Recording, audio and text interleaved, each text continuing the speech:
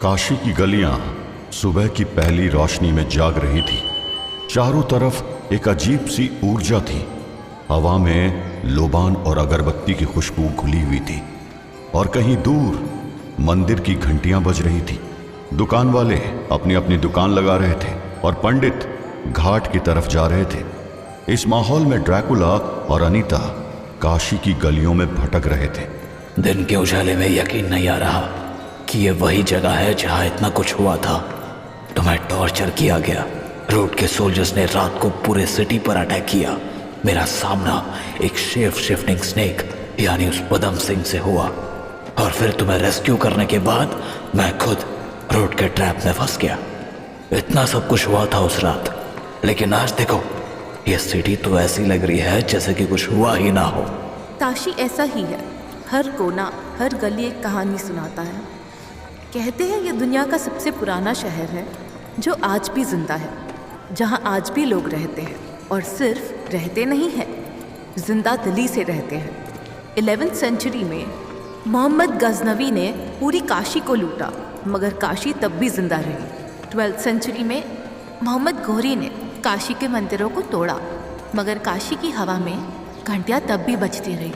17वीं century में औरंगजेब ने यहाँ बहुत खून बहाया, लेकिन काशी की नसों में खून आज भी उसी तरह दौड़ रहा है जैसे आज से हजारों साल पहले दौड़ता था। ये सिर्फ शहर नहीं है ब्लाद, ये एक सभ्यता है। Kashi is not just a city, it's a civilisation.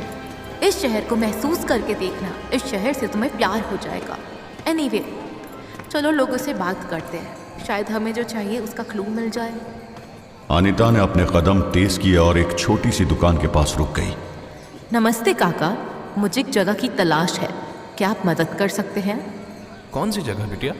कोई ऐसी जगह जहाँ कभी कवि मिले थे, शायरी और सोच विचार की बातें होती थी। कवि? अरे बिटिया, हम तो बस यहाँ सब्जी और मसाले बेचते हैं, आप किसी और से पूछिए। उस दुकान वाले ने हाथ जोड़कर मना कर दिया। अनीता मुस्कुराते हुए आगे बढ़ गई, लेकिन उसके चेहरे पर थोड़ी निराशा थी।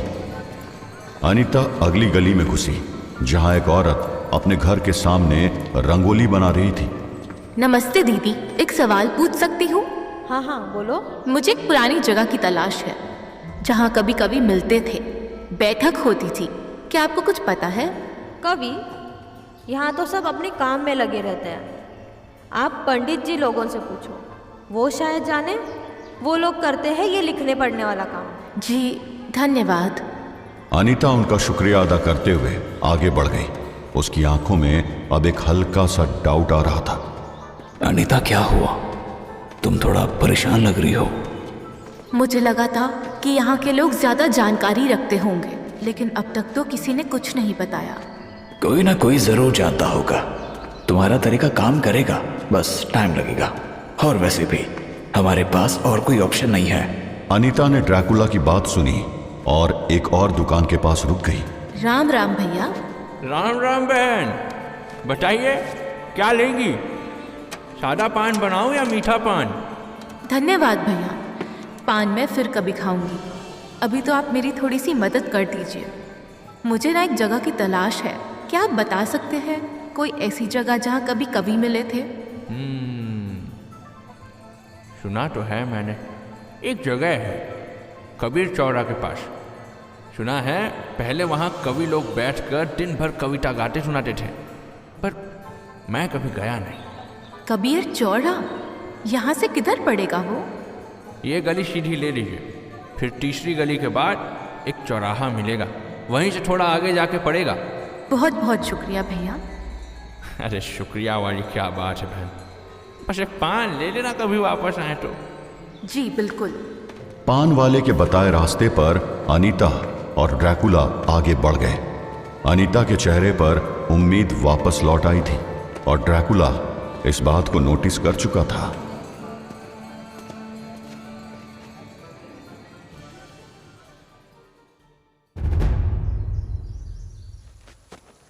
देखा, मैंने कहा था ना कि तुम्हारी अप्रोच जरूर काम करेगी। अच्छा, और ये तुम्हें कैसे पता था? आई डोंट नो, बस पता था। आई नो कैसे? मिस्टर व्लाद, मेरे साथ रहते रहते लगता है कि तुम मुझे मुझसे बेटर जानने लगे हो। क्यों? No actually. Oh my god, count Dracula is stammering. इस बार ड्रैकुला चुप रहा। उसे खुद समझ नहीं आ रहा था कि वो ऐसे क्यों बिहेव कर गया था, लेकिन अनीता अभी उसको छोड़ने के मूड में नहीं थी। क्या हुआ व्लाद जी, चुप क्यों हो गए? कुछ नहीं, वो मैं बस कुछ सोच रहा था।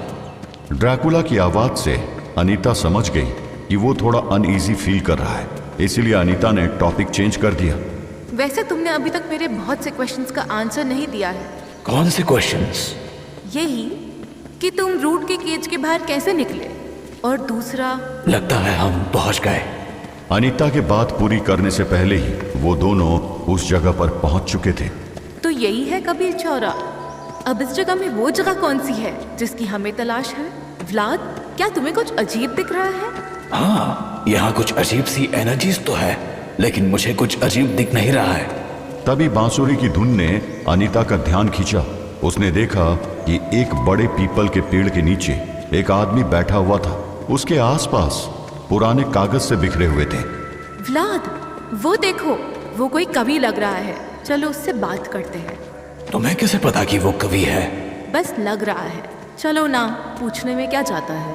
अनीता ड्रैकुला को लगभग खींचते हुए उस आदमी के पास जा पहुंची। नमस्ते बाबा, क्या आप हमारी मदद कर सकते हैं? एक बैल घास में छुपी है पत्थर के पीछे, एक सच हवा में उड़ता है पर मिट्टी के नीचे। क्रिप्टिक, क्या ये भी हमें कोई क्लू दे रहा है? क्या पता, हो सकता है कि ऐसे ही बड़बड़ा रहा हो। मैं फिर से पूछ कर देखती हूँ। बाबा, क्या यहाँ कोई कवि? इससे पहले कि अनीता अपना सवाल पूरा करती, उस आदमी ने अनीता का हाथ पकड़ लिया और जोर से चिल्लाया। एक बैल घास में छुपी है पत्थर के पीछे, एक सच हवा में उड़ता है पर मिट्टी के नीचे।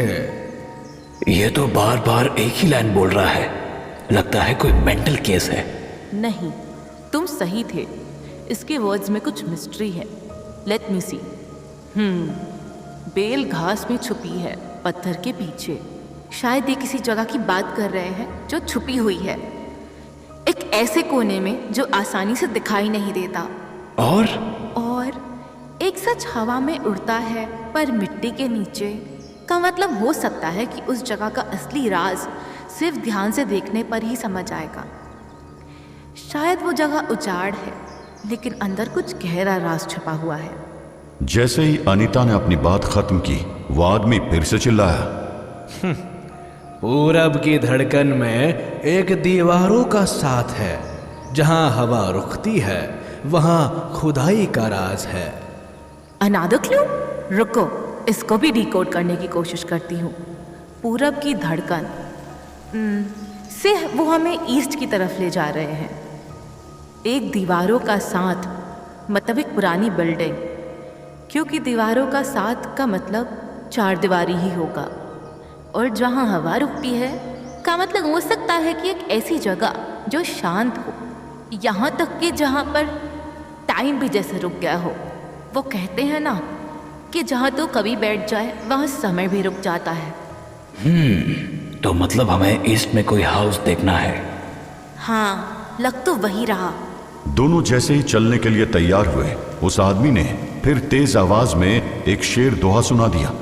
छुपा है राज गहरे गिरती दीवारों की गहराई में, कहानियां दर्द की बसती है उस घर की ऊंचाई में। अब ये क्या है? शायद एक वार्निंग, हमें वहां जाने से रोकने के लिए। जैसे कि मैं डर जाऊंगा। चलो अनीता, हमें जल्द से जल्द इस रिडल को सॉल्व करना है। Let's go. ड्रैकुला और अनीता पूरब दिशा में बढ़ गए और वो आदमी फिर से बांसुरी बजाने लगा। कबीर चौरा के पूरब में एक वीरान और पुरानी हवेली उनका इंतजार कर रही थी। टूटी खिड़कियां और बेलों से घिरी दीवारें एक मनहूसियत भरी खामोशी की कहानी कह रही थी। तो ये है वो जगह, काफी डरावनी है। यहाँ आग लगाई गई है। तुम्हें कैसे पता? इसकी खिड़कियों को देखो, ये काला रंग नहीं कोयला है। आग लगने से लकड़ी जलकर कोयले जैसी हो गई है। यहाँ आखिर हुआ क्या था? पता नहीं, पर अंदर जाकर जरूर पता चल जाएगा। चलो अनीता। और इसी खामोशी के बीच ड्रैकुला और अनीता ने उस हवेली के अंदर जाने के लिए अपने कदम बढ़ा दिए।